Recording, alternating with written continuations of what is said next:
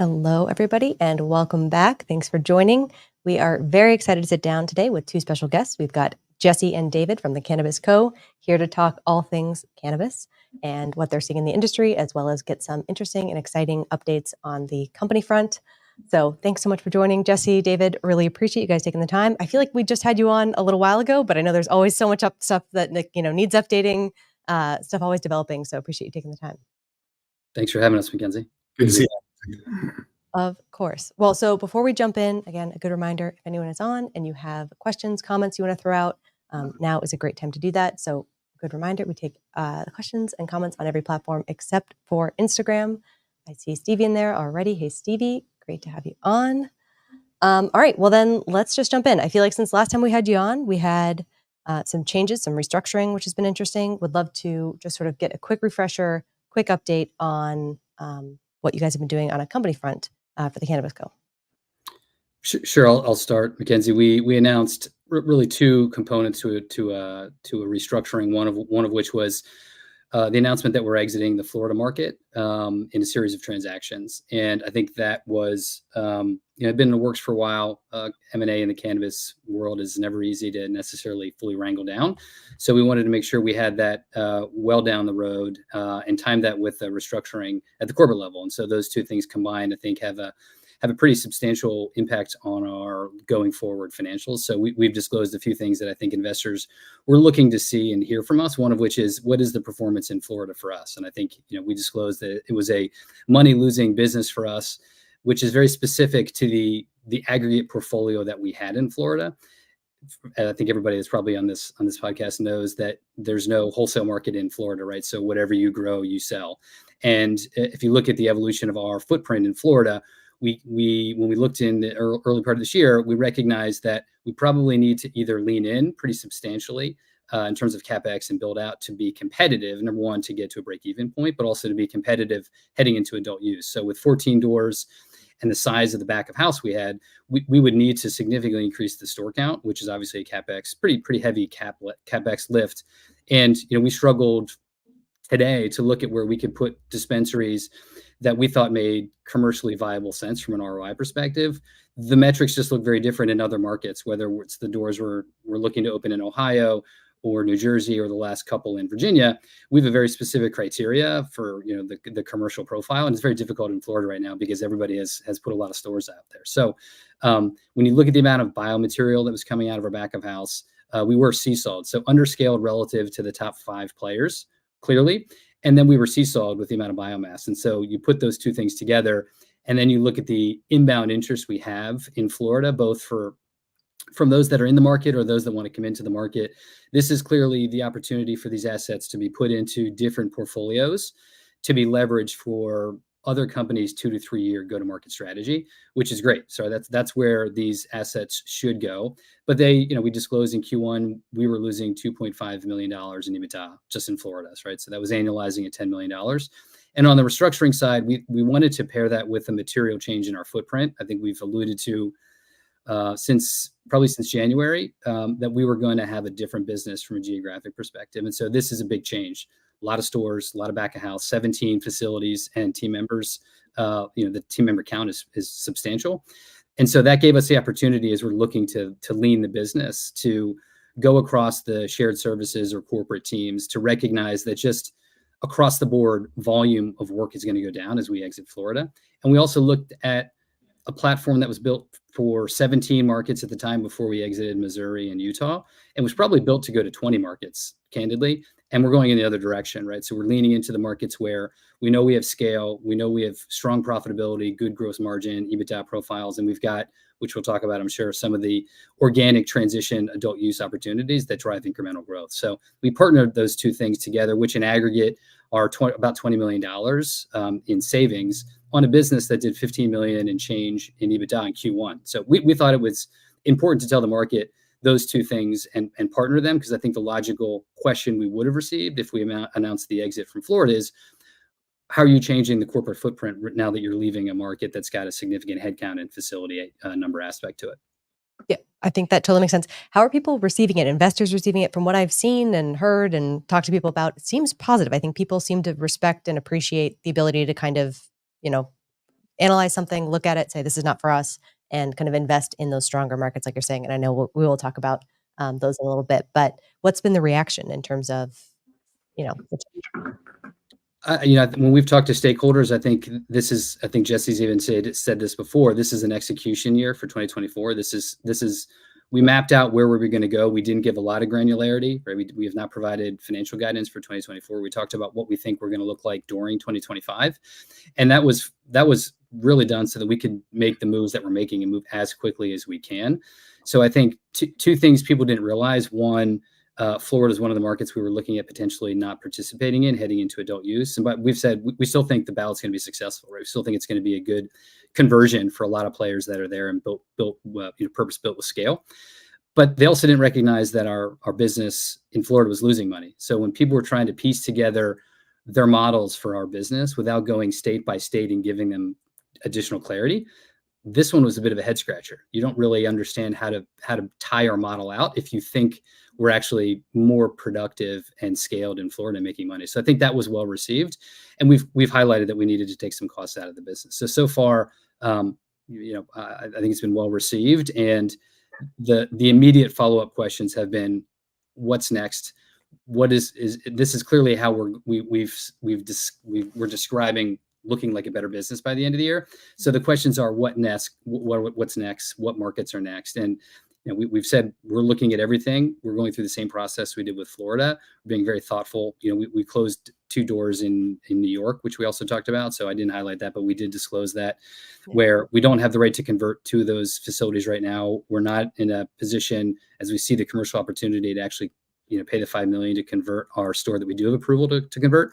But we took costs out of the retail side in New York for the obvious reason. So I think when you look at the totality of what we disclosed, it's giving people more comfort in the direction we're taking the business, which is better business, focus on the markets that matter, generating incremental cash flow, and ultimately building a sustainable platform for the next 2 or 3 years as we're positioned for the markets that do have that embedded AU transition coming up. Yeah, I think that's perfectly answered. So I was going to ask about, do you see, Florida's vote is coming up. Does that change what you guys are viewing? Sounds like no, you think that it will go through, which I think is what a lot of people think. For New York, I know you guys are kind of tidying up there as well. I know it's been kind of a mess on the New York side. Do you think that ever gets better in the near term? I know it doesn't necessarily factor into, it's different than a vote where it's a very specific time, but I know they've had a ton of trouble kind of cleaning up a lot of the kind of illicit market and everything. Do you see that kind of shaking out anytime soon? I would say I'll give it to Jesse. We've really been focused, obviously, on the wholesale side of that business and leaning into it. But I'll let Jesse talk about that. He's definitely closer to the day-to-day selling process on the whole-sale side and winning new business. Sure. Yeah, look, I think excited about what we're seeing with regards to the change in the dynamics in the wholesale market in New York. I think the biggest leading indicator for me a couple of weeks ago was, New York State published, I think they had shut down, they had padlocked like 300 locations or something like that in the city, right? What they didn't explicitly outline is that they had over 150 voluntary closures on top of that, right? That's a new data point. When you're seeing people now voluntarily closing as opposed to waiting until the padlock gets on the door, that to me shows a bit of a swing in momentum, that there's a seriousness to the enforcement that's taking place. And there's also a recognition by the landlords and by all parties that this is not sustainable moving forward. So I think as long as you continue to see that movement in voluntary closure and forced enforcement on that side, and you see the continued expansion, I think we're just over 130, I believe, or so regulated locations across the state now, and that number will continue to expand. That's good. Like those are the sort of signs that we've been waiting for. From a wholesale point of view, we have a great team. We've got, 2 facilities, one of which is, massively underplanted right now versus what it could be. But the flower that's coming out of it is incredible. The Riverhead facility, the testing out of the last couple of batches has been unbelievable. I was on a call earlier today. We were joking around about it. Like, that's unreal. Like, 30% TAC, really terpy flower coming out of that greenhouse. So love what we're seeing there. And I think we're seeing a high demand for the products. I think our sort of, charge now is leaning in and figuring out what is the right mix for us moving forward as far as increasing capacity, increasing, products available to these wholesale partners, because we're starting to see the demand increase. So I think it's it's a long time coming, and we're not out of the woods yet, but I think healthy indicators so far from New York. Yeah, that's fantastic. Good to hear. I do want to hear a little bit. I know I was going to talk about it kind of towards the end, but you guys had an exciting announcement yesterday, I think, right? Partnering up with Bloom in terms of offering more interesting products. Would love to hear the vape component. Would love to hear a little bit more about that because I feel like that's so exciting. It's new. How you guys decided to make that partnership, what you were looking for in a partner, how it all kind of unfolded. Would love to hear about it. I feel like early on I was much more involved with some of these conversations than I am now. We have an incredible team that is literally working with these brands on a daily basis now, led by young woman, Katie Dunn, who's just unbelievable. That name probably resonates with people who are listening, who work in the industry. Everybody knows her. So, we've been very fortunate that we had a couple really strong partnerships early on. Pre-Cresco, we had some great partnerships. Like pre that announcement, then coming out of it as a standalone, we had some people come back, and then we had this sort of thought of, let's build a platform that people can thrive on. Let's really almost act as consumers, right? Not trying to out any of us, but let's act as consumers and pick some of our favorite things, our favorite brands, our favorite forms and formulations, genetics, things like that. Let's bring them to the markets that don't have that sort of brand access or saturation yet. And so you saw that really early on with Revelry and Old Pal and a number of these early activations, right, that we saw, Arrow, and then we started getting into, okay, now we really want to make bets on emerging brands and mid-sized brands and not just sort of large national players. We have an incredible partnership like with Buttercake, for example, that we've continued to expand throughout the region, and Matha and that team, I mean, it's a force of nature, right? When we saw Bloom and we see other brands like that, they have an incredible sort of lifestyle attraction to certain regions and areas that we operate in. So when you literally have devices that, look like surfboards, and your entire ethos and everything is all about the coast and all about that life, we operate through the Northeast and Mid-Atlantic and down the coast all the way through Virginia in incredible coastal communities where those brands are going to resonate. So for us, it's about finding that balance and that mix of like great lifestyle brands that maybe will perform really well regionally, but at the same time, products that we believe in, that we would stand behind expanding nationally. And so I think Bloom is definitively one of those. I think we've probably got a couple more to come. And I think we've kind of filled out, honestly, we're pretty much at a tipping point where we've kind of filled out our dance card of the partners that we really sort of wanted to make a bet on. So we feel really good about where the program is right now. That's fantastic. Yeah, I think the surfboard component is great also in the summertime when people are thinking about the water, thinking about getting out there and kind of wanting that relaxation on both the surfing side or just cannabis side as well, which is great. Yep. In terms of like those partnerships, so it sounds like, again, you're kind of taking a similar focused approach where you want to have those strong partnerships, but you're not trying to get too wide and have a ton. How long does it take between like hearing an idea, finding something that you guys like as a team, connecting it, making those introductions, making those connections, and then actually being able to, have that partnership roughly? I think it takes a little bit longer now than it did initially, because I think we had a pretty good idea of some of the ones that we wanted to chase / we had some early engagement with right away. Right. So, you talk about characters in the industry like Rusty at Old Pal, right? Like, honestly, the diligence on that one was, probably Katie hanging out with him for a little bit and then me jumping on the phone with Rusty. And within 45 minutes, it was like, great. So we're doing this. Like, let's figure out what we're doing, right? Now that we've gotten to, I think, a more sophisticated approach, and we have so many brands that are inbounding, and look, all of them are great, right? But we can only serve so many of them, and they have to align with our first party brand architecture and fill gaps for us, right? So that process now is a little bit more methodical. It takes a little bit more time. I would say when you look at something like Bloom, when you look at some of the other more recent partnerships, that's months, not weeks, that you're seeing sort of a full review, a full mapping of markets, of capabilities in the market, capacity planning from a garden point of view, understanding what's there from a manufacturing throughput point of view, preparation with regards to packaging, with initial launch and education. There's a lot that goes into it. So now it's a much more formalized, organized review process, quarterly meetings that we go through and understand the gaps. In the beginning, it was like, there's a couple of them that we just knew, let's figure this out. Let's get these brands everywhere. And that, so it's changed over time for sure. I feel like, is that just sort of like the development of cannabis in a business? It has become more standardized. It has become more kind of operating like a, a normal business where, you're making those meetings. It takes more time. There's more process involved versus just getting on the phone, even though that's a great way to do business. And I'm totally behind that as well. So can you remind us if people are looking and shopping and everything like that, which markets they can go to or what states they'd have to be in to get a hold of the new bloom? Oh my gosh, I'd have to look back. Because I get confused because I know where they're going, but I don't know what we've announced yet. So I would literally need to check back to see what we announced on the initial. But I believe we announced 2 or 3 markets as an initial wave. That probably won't be the extent of their expansion for us. So yeah, we'll check back into the release. I don't want to get in trouble with Katie. Stay tuned. That's true. Stay tuned. That's fair. All right. Very cool. Well, I'd love to talk maybe a little bit more about, I know we kind of jumped around market wise, but would love to jump back into where you guys are focused this year. I know this year, next year, it's sort of a wider time zone, but definitely a lot of news around Ohio, still some news around Pennsylvania, still some news around Delaware. Would love to hear, where you guys are focused, what the updates are, all of that. Maybe that's for you, David. Yeah, sure. So Ohio is definitely front and center. I think we're on the eve of adult use. The positive part of Ohio is they're moving forward, right? So there's a process in place, and it sounds like they're going to get it out there.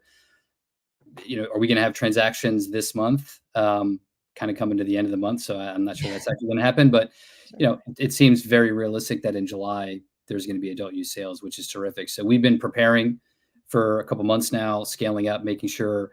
We've taken, and I think we've talked about it, but we've taken the lessons learned in other transition markets. They don't all look alike, but they all rhyme. So we know the things you have to get right. And so I think we're prepared from a cultivation, distribution, and retail perspective. We've got the largest footprint you can have, 5 stores, manufacturing and cultivation with a tier 1. So I feel like we're well positioned. That team has come a long way post the Cresco transaction. Improvement in the garden, improvement on the manufacturing, the throughput capabilities, the SKU optimization. And I think the retail team is ready to go, a couple of which are sort of closer to some of the other states that they border. So I think we're excited about it, but that's clearly from an operational execution perspective, that's front and center over the next, call it 30 days, 45 days, because we know we have to get it right. We have to win market share. We've got to win the hearts and minds of customers that have never been in a door and are going to come through our doors for the first time. You get one chance to do that right. That takes technology, logistics, the moment of truth interaction with every new customer that's coming through the door. So we're making sure the teams are getting focused on what matters and like what good looks like for adult use transition. Delaware, I think we continue to get incremental clarity that we'll be participating sooner rather than later. So whether that's a Q4 opportunity for us, at the latest, it's April of next year. That's what we continue to say, but I think we'll get more clarity sooner rather than later. But we're prepared there. We were the axe in that state. We've got the footprint you can have. And so it's a market that no one talks about because no one's there, but we're there. And it's a great market. We think it's going to be a great adult use opportunity, given, again, the coastal approach to where our dispensaries are. And with Pennsylvania, it seems like there's more noise than there have been ever for them to do something and to get the governor to be engaged to see if they can hammer something out. We're well positioned in 2 fronts. One, our 3 dispensaries, again, we're undersized on the retail side relative to other MSOs. That's been a market over the last 3 years that's gone through significant consolidation, followed by sort of own brand, in-house brands on shelf. Like that's been tons of disruption to that supply chain in the market. But we have 3 doors that are in northeastern Pennsylvania, which are ring-fenced from what's happened in New Jersey and other markets. So we feel like that's a captive audience in the if you look at the various regions in Pennsylvania, that one should see a nice uptick with adult use converging. And then we have the G-Leaf facility that we acquired through the G-Leaf acquisition in northwestern Pennsylvania that's fully built out and ready to go. It's probably the largest footprint in the state of Pennsylvania. So we're excited about the opportunity. We have brought some brands into that market. We're getting ready to scale up. We're seeing improved cultivation coming out of there. We're thinking about putting more plants under lights. So we're moving in the right direction there. We have a big facility and we want to make sure we can get to increase utilization figures as soon as possible when we see the demand coming in. But I think it's, those 3 right there front and center for us are big opportunities in our portfolio. And then right after that is, 2026 for Virginia, which I think everybody's covered. We know that's there, but right in front of us right now, we've got 3 big ones before we even get to Virginia. Yeah, that's fantastic. I feel like with Pennsylvania, you mentioned there's been a lot of noise recently, which I do think is noise. How much of it do you think is legitimate noise versus how much of it do you think is actual progress, actual something? What's your sort of general take? It feels like it's actually, there's actually some progress being made. And I think you're seeing probably the pressure points of New York trying to get things right. That's helpful. And clearly with Ohio going as quickly as it is, they're going to see the impact there. So from a tax, revenue perspective, those are some accelerating factors that will probably drive, I think, Pennsylvania to make a decision. We'd love it to come in 2025. I don't think it's clearly, I have no expectation for a 2024 opportunity, but during 2025 seems more realistic now than it arguably ever has been. Yeah, that's fair. I'm still rooting for Pennsylvania. I'm from Pennsylvania originally, so I'm always trying to get it through. It's just taken so long, I guess, ultimately, but we're getting there. I think support is increasing. So we'll get there eventually, like you're saying. If it's 2025, I'd love it to be 2024, but if it's 2025, that is all good.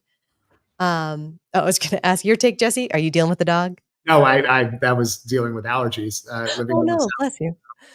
No, I think Ohio's got, or Pennsylvania's got a lot of neighbors that are getting very serious about the opportunity moving forward. So, when both your neighbors have a washing machine and you're still putting clothes out on the line, like it's not long before somebody says we're getting a washing machine. So I think it's sooner than later. I agree with David. I think it's an in 25 thing. I think all eyes focused on probably the back half of 25.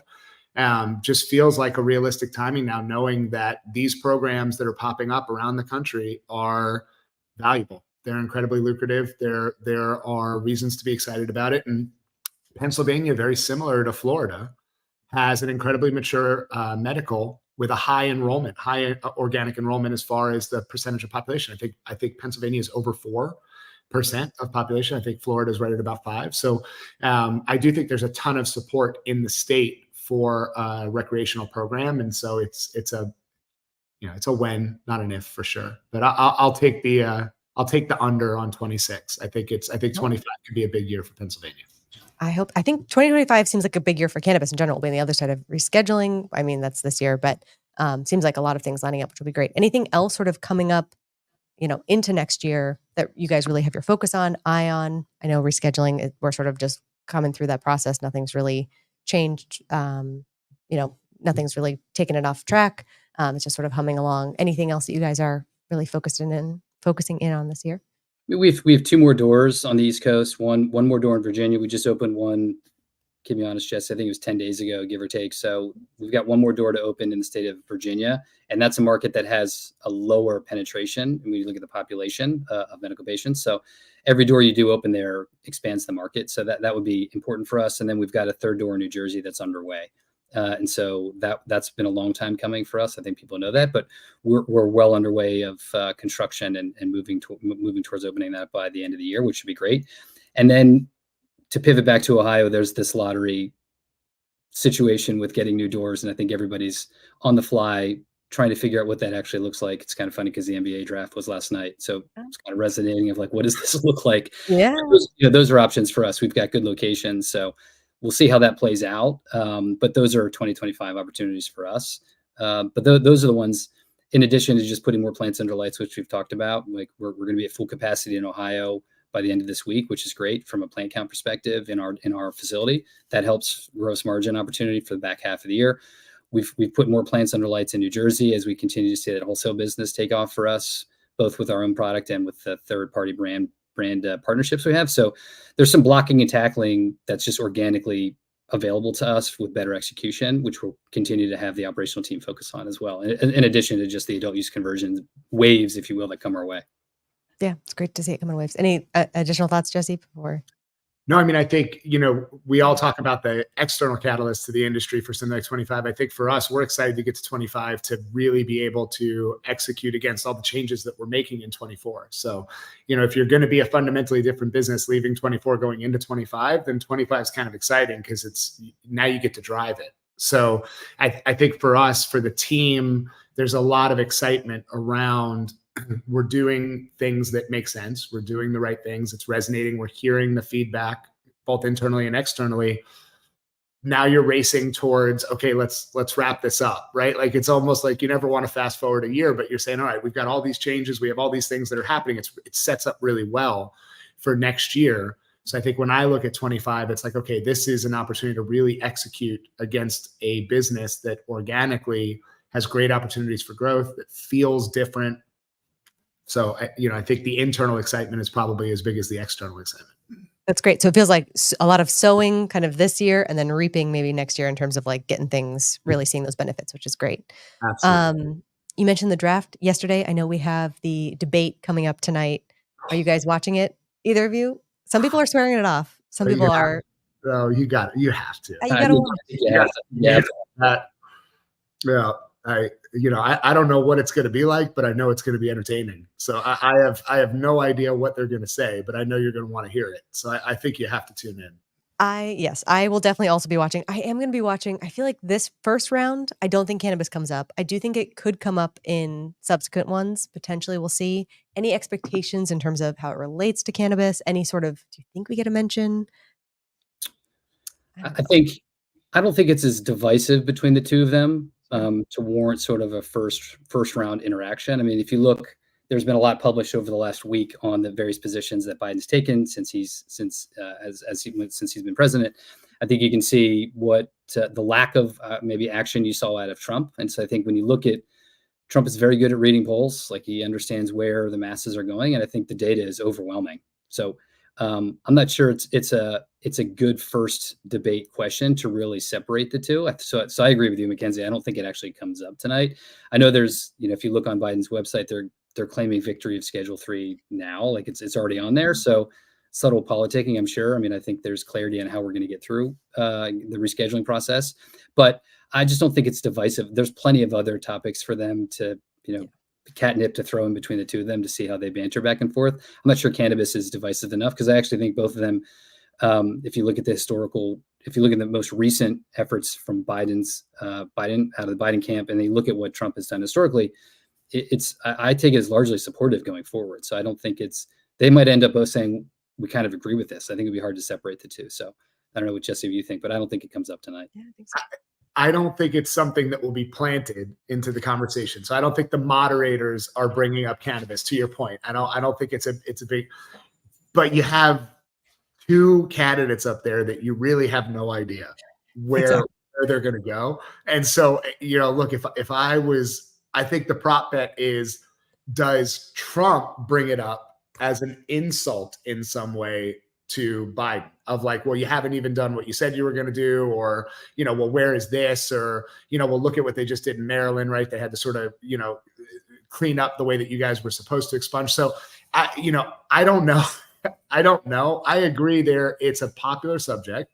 Mm-hmm. It's, I was joking around on a call about it the other day. It's like, I think other than pizza, this is like the most agreed upon thing in America right now, right? Like, pizza's good and weed should probably be different than the way that it's regulated now. So I don't think you can ignore it. I just wonder if it's hurled as a, like a gotcha moment versus, I don't think it's coming up. I don't think CNN is planting the question. I 1,000% agree. I do think both of their styles, like you're saying, is a little bit not meandering, but it can go off course for sure and can kind of hit a few topics. Yeah, I will be interested if it does come up because I do think it could be either, like you're saying, kind of an attack on the Trump side of saying you haven't done it. I feel like that would be a very, not nuanced, but I think he'd have to be really in tune with what's going on to kind of have that versus him embracing it and kind of, I don't know, taking some of the wind out of his sails in terms of, because they've been saying, I mean, even the tweet, was it last weekend? Biden was saying, just reaffirming we're making this happen and we're going to kind of right these wrongs. And I think a lot of people have kind of criticized him sometimes for kind of saying he's doing more than maybe he is so far. Again, they're still working towards it, so we'll have to wait and see. But either way, going to be fascinating and a little bit of it's not quite funny, but a little bit of a stress relief to kind of, it's not really stress relief because it's a real thing, unfortunately. But it'll be interesting to see. Who needs sports? I think you get better than 100-1 odds right now on a prop bet that somehow Trump comes up with a nickname for Joe Biden around this. Smoking Joe, Smoky Joe, who knows? Like, I mean, it's just, if it comes up in the first debate, it's going to be something like that. That is true. Joe Blow. I don't know if that works with like blowing cannabis something. I don't know. Who knows? Who knows? Yeah, who knows? It's always yeah, that's true. We'll have to wait and see. And I do agree with that comment, by the way. Yeah. I don't think it'll matter much who's in office. I I tend to agree. I think that this is, at some point, logic wins the day. A safe and regulated supply chain is better for everyone, and more access and more scale leads to better affordability. And when we as a country get to the point where you can buy an eighth cheaper in a regulated dispensary than you can on the street, and you don't have the same concerns because of testing around what has interacted with that product in the supply chain, I think it's better for everyone. And so I do think, sanity wins the day with either party at some point. Yes, I agree. It feels like the genie's out of the bottle, and you need to kind of learn how to not regulate it, but treat it safely for people who are using it. Look at what the NCAA announced yesterday, right? They're taking it off their testing list. So, I mean, basketball and cannabis, it all ties together from yesterday. I know, it's great. Again, we're taking those steps. It's moving forward. So it's great stuff in general. All right, well, fantastic. I feel like it's been great to kind of just check in and see how things are doing, hit those markets, hit Bloom, which again, very, very exciting. Any final thoughts? Virginia and New Jersey, by the way. I checked to make sure I wasn't going to get in trouble. I knew it was 2 or 3. It's Virginia and New Jersey to start. Beautiful. Love it. No, that's great. Perfect. All right, well, I'll keep an eye out. But any final thoughts before we wrap up? No, I think there's just more to come from us. We're going to continue to try to deliver on building a better business, right? And so when we have announcements to make that, I think are important for the market to understand the direction we're going, we'll continue to make those. Right now, we're focused on, the things we've highlighted today and also closing Florida, right? So there's a lot of efforts into making sure we get that across the finish line. So more to come from us, but we're trying to make sure we deliver on what we said we're going to do, which is building a better business, and it's going to look different by the end of the year. That's great. Yeah, I think you guys have done a great job with the transparency and sort of communication. So that's been fantastic. I know a lot of people are looking for that, which is great. All right. Well, Jesse, any final thoughts? I don't want to rob you of a final thought. No, I think I've done quite enough. I'm sure I've gotten in trouble with our government relations team at this point. I think the brand team, I'm sure I've done enough. Perfect. All right. Well, thank you guys so much for joining. Thanks everyone out there for watching. Really appreciate it. Stay tuned tomorrow. We're going to have Noah Hammond back on to talk through what has gone on in the market all this week. And I think that's it. So thanks so much, and we'll catch you next time. Thanks. Thanks again. Before investing, carefully consider the investment objectives, risks, charges, and expenses found in the prospectus, available at AdvisorShares.com.